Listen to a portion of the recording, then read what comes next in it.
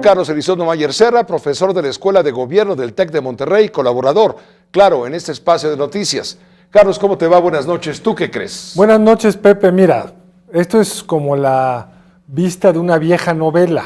Durante la Guerra Fría, México era uno de los grandes teatros de la operación de los espías, rusos, de Estados Unidos, cubanos, si te vas más atrás, alemanes, por obvias razones. Es un país con amplia frontera con Estados Unidos, que ha logrado mantener una cierta distancia de Estados Unidos a lo largo de los momentos más álgidos. Hemos tenido siempre una relación con Cuba, cuando otros países de América Latina rompieron relaciones con el gobierno de Castro, y yo creo que lo que estamos viendo es una reedición de eso.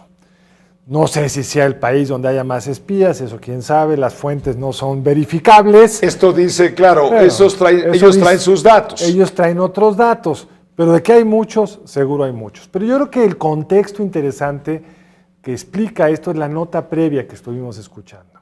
Es decir, este es un país que en las Naciones Unidas se ha comportado como los otros países civilizados y democráticos, que es condenar enérgicamente la invasión. No es un conflicto entre Ucrania y Rusia, es la invasión de Rusia a Ucrania con unas consecuencias terribles que has estado tú reportando en tu parte de guerra. Pero al mismo tiempo tenemos un presidente que habla de neutralidad, que nos vamos a mantener al margen, que no vamos a sancionar a Rusia y sobre todo esta cosa realmente muy penosa de instaurar un comité de amistad México-Rusa en este contexto. ¿Hasta qué punto son válidos a estas alturas los principios de política exterior, sobre todo el principio de la no intervención? ¿Hasta qué punto es realmente factible? Ese es un cuento chino, mi querido Pepe. No intervenimos cuando Franco hizo un golpe militar contra la República. No intervenir era no intervenir. El gobierno de Cárdenas mandó armas, fuimos activos defensores de la República, recibimos miles de refugiados. No intervino el gobierno de México después del golpe militar de Pinochet contra Salvador Allende. Hemos intervenido muchas veces. Escogemos cuándo lo hacemos y cuándo no. Incluso hemos oído al presidente de México criticar decisiones del gobierno de Estados Unidos. También es otra forma de intervenir. Aquí el principio no es el de la no intervención, está en nuestra Constitución y está en la Carta de las Naciones Unidas. Hay que proteger los principios básicos del derecho internacional, que incluyen, entre otras cosas, que no invades a tu vecino, aunque sientas que corre riesgo tu seguridad, lo que sea.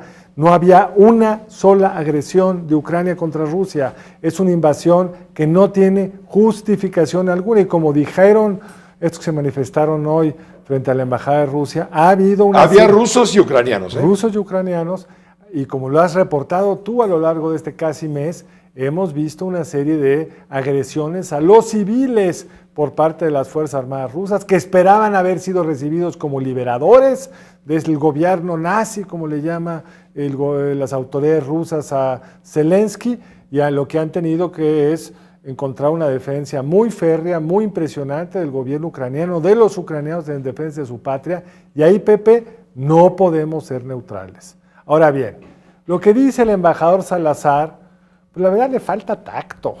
Es decir, lo que tiene que hacer es convencer, no dictar.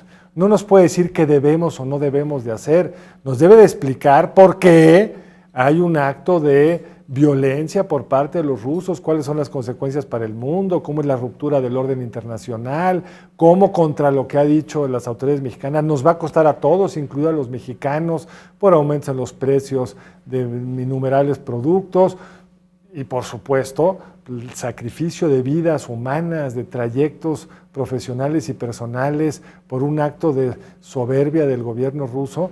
Tendría que haber convencido a los parlamentarios, no venir aquí a exigir simplemente porque le da la gana cómo nos debemos de comportar. Entonces, en conclusión, México debería ser firme en su condena al hecho de la violación del derecho internacional resultado de una invasión, exacto, en este caso de Rusia, en contra de Ucrania. No mantener neutralidad, privilegiando tal vez una relación económica que tiene que ver con cereales, con metales. La relación económica México-Rusia es infinitesimal, ya lo dije muy feo, es chiquitita. Si tuviéramos que escoger por razones económicas, hombre, no hay más que escoger con Estados Unidos. El grueso de los cereales que importamos vienen por obvias razones de Estados Unidos, porque está ahí arribita. Creo que lo que comerciamos con Rusia es menos del 1% de nuestro comercio. Realmente eso no lo explica. Lo explica un mal entendimiento de lo que es la doctrina Estrada, la supuesta neutralidad, que como ya dije, cuando nos ha interesado hemos sido claros en qué defendemos. No fue México un promotor activo en el grupo Contadora contra las atrocidades del gobierno de Somoza, contra las fuerzas sandinistas. Hombre, hagamos un poco de memoria y juguemos con más realismo. Y lo que es bien esquizofrénico es que en la ONU estamos haciendo el papel correcto. Eso es evidente. Eso es evidente, aunque va a venir una prueba de fuego bien importante, que es en qué momento se nos pide que seamos solidarios con las sanciones que casi todas las democracias han sostenido junto con los Estados Unidos y la Unión Europea. Ahí nos hemos quedado al margen, no sé cuánto tiempo más. Pues grave lo que pasó en la Cámara de Diputados ayer, cuando el PT y otros partidos, Morena entre ellos, desde luego, PT es satélite de Morena, le dan la bienvenida a la amistad México-Rusia, y hoy llega el embajador de Estados Unidos y dice, no, jovencitos, tienen que ver a su aliado natural, lo fuimos en la Segunda Guerra Mundial, no tenemos por qué dejar de ser aliados.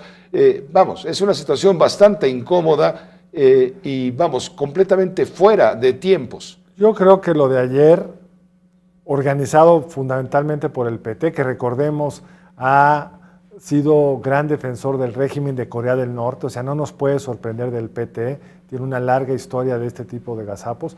Se menciona que el PRI también, había un priista, seamos más precisos, es Augusto Villanueva. Augusto Gómez Villanueva, sí. Augusto Gómez Villanueva, que bueno, ha sido un personaje muy es el decano de la Cámara. Pero no es el PRI el que estuvo de aquel lado.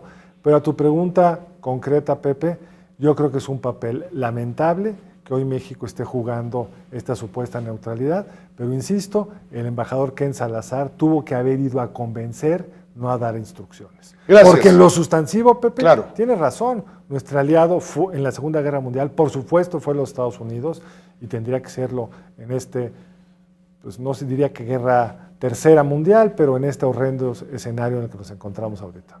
Gracias, Carlos, como siempre. Gracias a ti, Pepe.